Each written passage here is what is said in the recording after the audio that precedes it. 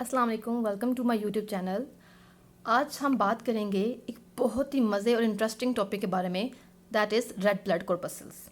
Basically red blood corpuscles यानी कि red blood cells हमारे बॉडी का एक मोस्ट इम्पॉर्टेंट कंपोनेंट है। समझ लें कि हमारे लिए लाइफ सेल है, ठीक है। तो हम रेड ब्लड कॉर्पस्कल्स को आज बहुत ही ईजी और सिंपल वे में डिस्कस करेंगे कि अगर आपने अपने पेपर में बेस्ट स्कोर करना है तो आपके लिए बेस्ट है, ठीक है। सबसे पहले हम बात करेंगे कि रेड ब्लड सेल्स का कलर क्या होता है। तो रेड ब्लड सेल्स जो हैं इनका कलर रेड होता है, राइट। रेड ब्लड सेल्स जो हैं रेड कलर में होते हैं और इनकी जो मेच्योर फॉर्म होती है वो ब्लड के अंदर न्यूमेरियस होती है। न्यूमेरियस में होता है मतलब काउंटलेस, या आप ये कहें कि लातादाद नंबर इनका प्रेजेंट होता है हमारे ब्लड के अंदर, ठीक है। उसके बाद हम बात करते हैं इनके एवरेज नंबर के बारे में, क्योंकि हमने कहा इनकी मेच्योर फॉर्म जो है वो न्यूमेरियस होती है, तो इनका एवरेज नंबर जो है वो 5 मिलियन पर मिलीमीटर क्यूब जो है वो ब्लड के अंदर प्रेजेंट होता है, ठीक है। अगर हम बात करते हैं मेल्स में, तो मेल्स में इसका जो नंबर है वो 4 to 5 मिलियन पर मिलीमीटर क्यूब होता है। लेकिन अगर हम बात करते हैं as compare to males females में, तो फीमेल्स में मेल्स को कंपेयर करते हुए जो ब्लड के अंदर रेड ब्लड सेल्स होते हैं वो 3 to 5.5 मिलियन पर मिलीमीटर क्यूब प्रेजेंट होते हैं। लेकिन अगर हम चिल्ड्रंस की बात करते हैं तो चिल्ड्रन के अंदर जितने बच्चे हैं उनके अंदर 4 to 5 मिलियन पर millimetre cube red blood sales उनके ब्लड के अंदर प्रेजेंट होते हैं। फिर हम बात करते हैं इनके their number also varies with age physiological activity directly proportional to number of red blood cells. जो साइन है जो आप देख रहे हैं that is a directly proportional to, ठीक है। जो हम फिजिक्स में अक्सर बात करते हैं ना डायरेक्टली प्रोपोर्शनल टू, तो उसके वो हमने साइन यहाँ पे यूज़ किया है आपको एक्सप्लेन करने के लिए कि क्या होता है कि जैसे ही एज जो है एज के अकॉर्डिंग जो है आपके बॉडी के अंदर रेड ब्लड सेल्स होते हैं, लाइक आपकी फिजियोलॉजिकल एक्टिविटी जितनी ज़्यादा होगी उतने ज़्यादा आपके ब्लड के अंदर जो है रेड ब्लड सेल्स का नंबर होगा। जितनी आपकी फिजियोलॉजिकल एक्टिविटी कम होगी उतना ज़्यादा ही नंबर जो है वो कम होता चला जाएगा। जैसे अगर बात करते हैं कि यंग एज के अंदर क्या होता है कि जो रेड ब्लड सेल्स का नंबर होता है वो हायर होता है, ठीक है। लेकिन जैसे ही एज जो है वो ओल्डर होती जाती है तो बॉडी के अंदर रेड ब्लड सेल का जो नंबर होता है वो लो होना स्टार्ट हो जाता है। अब यहाँ बात करते हैं प्यूबर्टी के अंदर। जैसे ही प्यूबर्टी स्टार्ट होती है, जैसे कि मतलब बच्चों के अंदर हमारी टीन एज स्टार्ट होगी, 13 to 14 एज स्टार्ट हो रही है, तो उसमें क्या होगा रेड ब्लड सेल्स जो हैं वो बॉडी के ब्लड के अंदर मैक्सिमम नंबर पर होते हैं। क्यों? क्योंकि ये वो स्टेज होती है जब आपकी बॉडी की जो फिजियोलॉजिकल एक्टिविटी होती है वो बहुत हाई होती है, ठीक है। इसके बाद हम मेंशन करते हैं, आप अगर आपको एक पेपर के अंदर क्वेश्चन मिल जाता है तो आप कि रेड ब्लड सेल्स के ऊपर नोट लिखें, तो आप उसके अंदर ये पॉइंट्स मेंशन कर सकते हैं कि इसका बॉडी का कलर क्या है, उसकी मेच्योर फॉर्म कितनी होती है, वो एवरेज नंबर ब्लड में कितना होता है, मेल्स में क्या है एज़ कम्पेयर टू फीमेल्स में क्या है, चिल्ड्रन के अंदर क्या है, ठीक है। फिर उनके अंदर एज के जो है वो डिफरेंस की बात कर लें, प्यूबर्टी की बात कर लें। फिर हम बात करते हैं कोड ब्लड के बारे में। अब कोड ब्लड कौन सा होता है? वो ब्लड जो कि अम्बिलिकल कॉर्ड के अंदर सर्कुलेट कर रहा है उसको हम बोलते हैं foetal blood, that is 5 million पर मिलीमीटर क्यूब ऑफ ब्लड। अब कोड ब्लड जो है वो मदर के अम्बिलिकल कॉर्ड में सर्कुलेट कर रहा होता है और फीटस को प्रोवाइड किया जाता है, इसलिए हम इसे क्या कहते हैं कि हम इसे फीटल ब्लड भी कहते हैं। और ये कितना है? 5 मिलियन पर मिलीमीटर क्यूब ऑफ ब्लड। उसके बाद रेड ब्लड सेल्स का जो नंबर होता है, एक तो हमने कहा कि वो बॉडी की फिजियोलॉजिकल एक्टिविटी के साथ वेरी करता है, जितनी फिजियोलॉजिकल एक्टिविटी ज़्यादा होगी वो भी ज़्यादा होंगे एज या फिर वाइस वर्सा। लेकिन दूसरा पॉइंट होता है कि ये एल्टीट्यूड के साथ भी इसका नंबर वेरी करता है। लाइक अगर हम बात करते हैं हायर एल्टीट्यूड के बारे में, तो हायर एल्टीट्यूड पर क्या होता है कि आरबीसी का नंबर जो है वो हाई होता है, अप टू 8 मिलियन पर मिलीमीटर क्यूब ऑफ ब्लड भी रिकॉर्ड किया गया है। ये रिकॉर्ड कैसे, आप कहें कि यहाँ पे क्वेश्चन अराइज होता है कि क्यों एल्टीट्यूड पे क्यों, तो इसका रीज़न भी मैंने मेंशन किया यहाँ पे कि जैसे ही एल्टीट्यूड इंक्रीज़ होता है बेटा, तो ऑक्सीजन की कंसंट्रेशन एयर के अंदर डिक्रीज़ होना स्टार्ट हो जाती है। देखिए आप जितना जाएंगे पहाड़ी वाले इलाकों में, जितना आप ऊंचाई में जाते चल जाएंगे वहाँ पे ऑक्सीजन कंसंट्रेशन बहुत लो होता जाएगा। तो इस ऑक्सीजन जो लो है, तो बॉडी को तो ऑक्सीजन रिक्वायर है, तो इस प्रॉब्लम को कोप करने के लिए, बॉडी की जो डिमांड है उसको फुलफिल करने के लिए नंबर ऑफ़ आरबीसीज जो है वहाँ पर ज़्यादा उन लोगों की बॉडी के ज़्यादा होते हैं, ज़्यादा प्रोड्यूस हो जाते हैं, ताकि इस जो नीड है इसको फुलफिल किया जा सके, ठीक है। दिस इज सिंपली, ये सिंपली जो है वो रीज़न होती है कि एल्टीट्यूड के ऊपर, हायर एल्टीट्यूड के ऊपर आपकी बॉडी के अंदर आरबीसीज का नंबर ज़्यादा क्यों होता है। तो उसके बाद बात करते हैं रेड ब्लड सेल्स की एक और यहाँ पे कि रेड ब्लड सेल्स इंपॉर्टेंट क्यों होते हैं। तो नंबर ऑफ आरबीसीज जो है यहाँ पे लिखा है is very important in recognition of a lot of diseases. अच्छा जी, यहाँ पे मेंशन किया है कि आरबीसीज का नंबर जो है यानी आरबीसीज का हमारे ब्लड में होना क्यों ज़रूरी होता है कि हमारी बॉडी के अंदर ऐसी बहुत सारी डिजीज़ हैं जिनको रिकॉग्नाइज ही किया जाता है कि आपके बॉडी के अंदर रेड ब्लड सेल्स कितना है। कहते हैं ना, आप एचबी चेक कराओ किसी को, कोई अक्सर ऐसी डिजीज़ होती हैं जिनके अंदर आपको फ़ौरन कहा जाता है, रिकमेंड किया जाता है कि आप अपना एचबी जो है वो चेक करवा लें, ठीक है।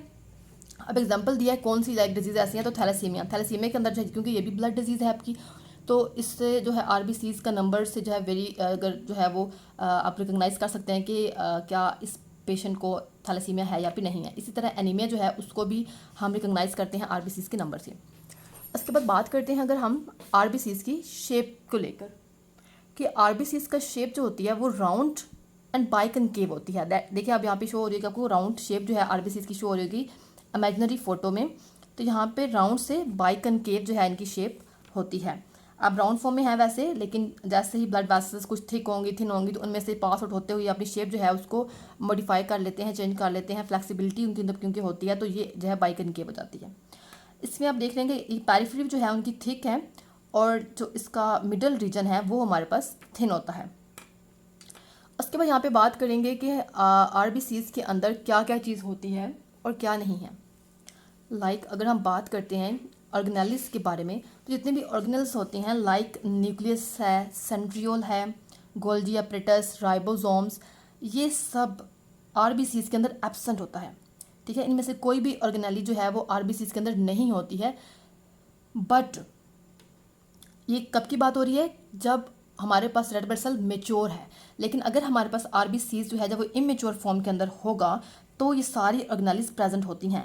यहाँ पे लिखा है कि all these are present when these are being formed but before entering circulation they lose all these things. कि जैसे ही आरबीसीज, जब आरबीसीज बन रहे होते हैं, जब इमेच्योर फॉर्म के अंदर होते हैं, तो ये सारी ऑर्गेनेलिज जो हैं वो प्रेजेंट होती हैं आरबीसीज के अंदर। लेकिन जैसे ही आरबीसीज मेच्योर होते हैं और वो ब्लड की सर्कुलेशन के अंदर एंटर कर रहे होते हैं, तो क्या होता है उसके अंदर, जैसे वो एंटर कर रहे होंगे तो ये सारी चीज़ें जो है वो लॉस्ट हो जाती हैं, ठीक है। उसके बाद एक और इम्पोर्टेंट पॉइंट जो बहुत कम नॉलेज में होता है, that is RBCs have enzymes and energy.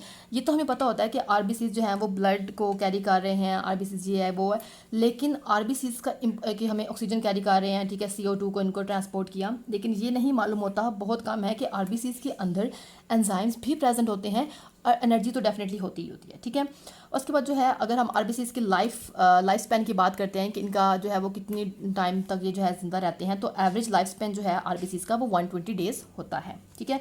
120 days बाद क्या होता है कि जो आरबीसीज होते हैं वो जो है वो डैमेज या डीनेचर हो जाते हैं, उसके बाद जो है वो दोबारा से न्यू आरबीसीज बनना स्टार्ट हो जाते हैं, ठीक है। इस तरह कंटिन्यूसली जो है हमारी बॉडी आरबीसीज बनाती रहती है जितनी उसको डिमांड होती है बॉडी में, और जो है बाकी जो है वो डिस्ट्रॉय होती रहती है।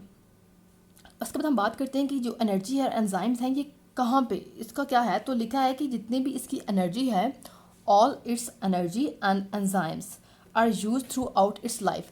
कि जो एंजाइम्स और एनर्जी आरबीसीज के अंदर प्रेजेंट होती है वो सारी इसको यूज़ करते हैं थ्रू आउट द लाइफ, ठीक है, यूज़ करते हैं बॉडी के अंदर। और अब बात करेंगे कि हमारे पास आरबीसीज का एक मोस्ट इंपॉर्टेंट कंपोनेंट, आरबीसीज में एक मोस्ट इंपॉर्टेंट कंपोनेंट जो है वो होता है हीमोग्लोबिन। हीमोग्लोबिन जो है ये basically one of the most important और बेसिक कंपोनेंट ऑफ आरबीसीज है। अगर हम बात करते हैं मैमल्स के बारे में, ठीक है, मैमल्स की बात करें तो मैमल्स में सिर्फ एक कैमल ही है जिसके पास आरबीसीज के अंदर न्यूक्लियस प्रेजेंट होता है, ठीक है, बट इट है आल्सो इनर्ट। अब यहाँ पे एक इंफॉर्मेशन है बहुत इंपॉर्टेंट, वो ये कि जितने भी मैमल्स हैं उन सबके आरबीसीज के अंदर न्यूक्लियस नहीं होता है, लेकिन सिर्फ एक कैमल है वो वाहिद मैमल जिसके अंदर आरबीसीज के अंदर न्यूक्लियस होता है ना, मज़े की बात। लेकिन अब मसला ये है कि वो आरबीसीज के अंदर अगर न्यूक्लियस होता है उसके पास, लेकिन वो होता भी इनर्ट फॉर्म के अंदर है, ठीक है। ये एक इन्फॉर्मेशन थी इंपॉर्टेंट। उसके बाद हम मेंशन कर सकते हैं कि बर्ड्स और नॉन मैमल्स वर्टिब्रेट्स के बारे में, कि हमने सिर्फ मैमल्स के बारे में बात किया लेकिन हमने नॉन ममैलियन के बारे में बात नहीं किया। तो वो बताते हैं कि जो बर्ड्स हैं हमारे पास और जितने भी नॉन ममैलियन वर्टिब्रेट्स हैं उन सब के आरबीसीज के जो है वो न्यूक्लिएटेड होते हैं, ठीक है, उनके अंदर न्यूक्लियस प्रेजेंट होता है। लेकिन अगर हम बात करें उनकी शेप के बारे में तो उनकी शेप जो है, उसकी शेप जो होगी न्यूक्लियस की, वो क्या होती है, ओवल शेप्ड होते हैं। मतलब उनके आरबीसीज जो है उनकी शेप जो होती है वो ओवल शेप होती है। जैसे कि हमने कहा मैमल्स के अंदर जो है वो आरबीसीज की शेप जो है वो राउंड और बाइकनकेव होती है।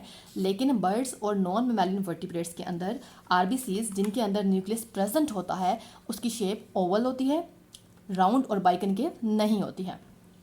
फिर अगर हम मेंशन करते हैं डायामीटर के बारे में तो आरबीसीज का जो डायामीटर है वो होता है 7.5 माइक्रोमीटर। अगर थिकनेस की बात करें तो वो होती है 1.9 माइक्रोमीटर। अब हम ये थिकनेस और डायमीटर का क्या यहाँ पे चक्कर है, इनकी ऐसी क्या बात है, तो ये बताती हूँ। वो ये होता है कि हमारे ब्लड के अंदर, बॉडी के अंदर कैपिलरीज जो हैं अप्रॉक्सीमेटली उनका डायमीटर जो है वो 7 माइक्रोमीटर है। लेकिन अब हमने देखा कि आरबीसीज का डायमीटर तो 7.5 है।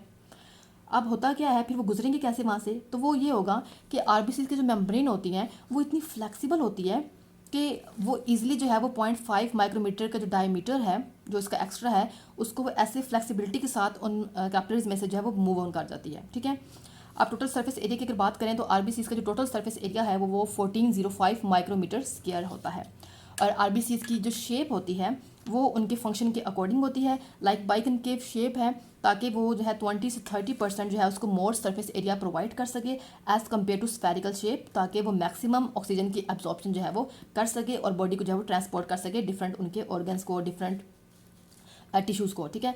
अब हम बात करेंगे इंपॉर्टेंट, जो बहुत इंपॉर्टेंट चीज़ होती है वो है आरबीसीज का फंक्शन, के मेन फंक्शन क्या है आरबीसीज का, तो वो होता है ऑक्सीजन को कैरी करना, ठीक है, बॉडी में जो है वो प्रोवाइड करना ताकि जो है बॉडी अपने फंक्शन जो है वो परफॉर्म कर सके। टोटल सरफेस एरिया जो होता है जितने भी आरबीसीज हैं एक नॉर्मल बंदे के अंदर, नॉर्मल इंडिविजुअल के अंदर, तो वो कितना सरफेस एरिया होगा, 3800 मीटर स्क्वायर होगा, ठीक है। और ये 200 टाइम मोर होता है than the surface area of human body के। एक ह्यूमन बॉडी का जो सरफेस एरिया है बॉडी का उसका 2000 टाइम डबल अगर कर दें तो क्या होगा कि आरबीसीज का जो है वो टोटल सरफेस एरिया बनता है, ठीक है। आप सोच लें ये कितना बड़ा बनता है। फिर this larger surface area increases the efficiency of blood to carry oxygen. हमने कहा कि ये जो सरफेस एरिया इंक्रीज कर रहा है जो 2000 टाइम ज़्यादा है नॉर्मल बॉडी इंडिविजुअल की बॉडी के, तो ये सरफेस एरिया जो है वो इसलिए इंक्रीज होता है ताकि वो ज़्यादा से ज़्यादा जो है अच्छे से ऑक्सीजन को कैरी कर सके, ठीक है, और अपना फंक्शन जो है वो परफॉर्म कर सके। आरबीसीज जो होते हैं वो फेयरली सॉफ्ट होते हैं और इलास्टिक होते हैं ताकि जो है वो अपनी शेप को जो है वो इजीली चेंज कर सकें वाइल जब वो पास कर रहे होते हैं कैपिलरीज के अंदर से, ठीक है, क्योंकि कैपिलरीज का डायमीटर कितना था 7 माइक्रोमीटर था लेकिन इनका डायमीटर होता है 7.5 माइक्रोमीटर, ठीक है। फिर हमने कहा कि इनकी शेप जो होती है और अपनी शेप जो है वो करते हैं कि पास करते हुए जो है वो बेल शेप कर लेते हैं ताकि जो है ईजिली वहाँ से पास आउट कर सकें।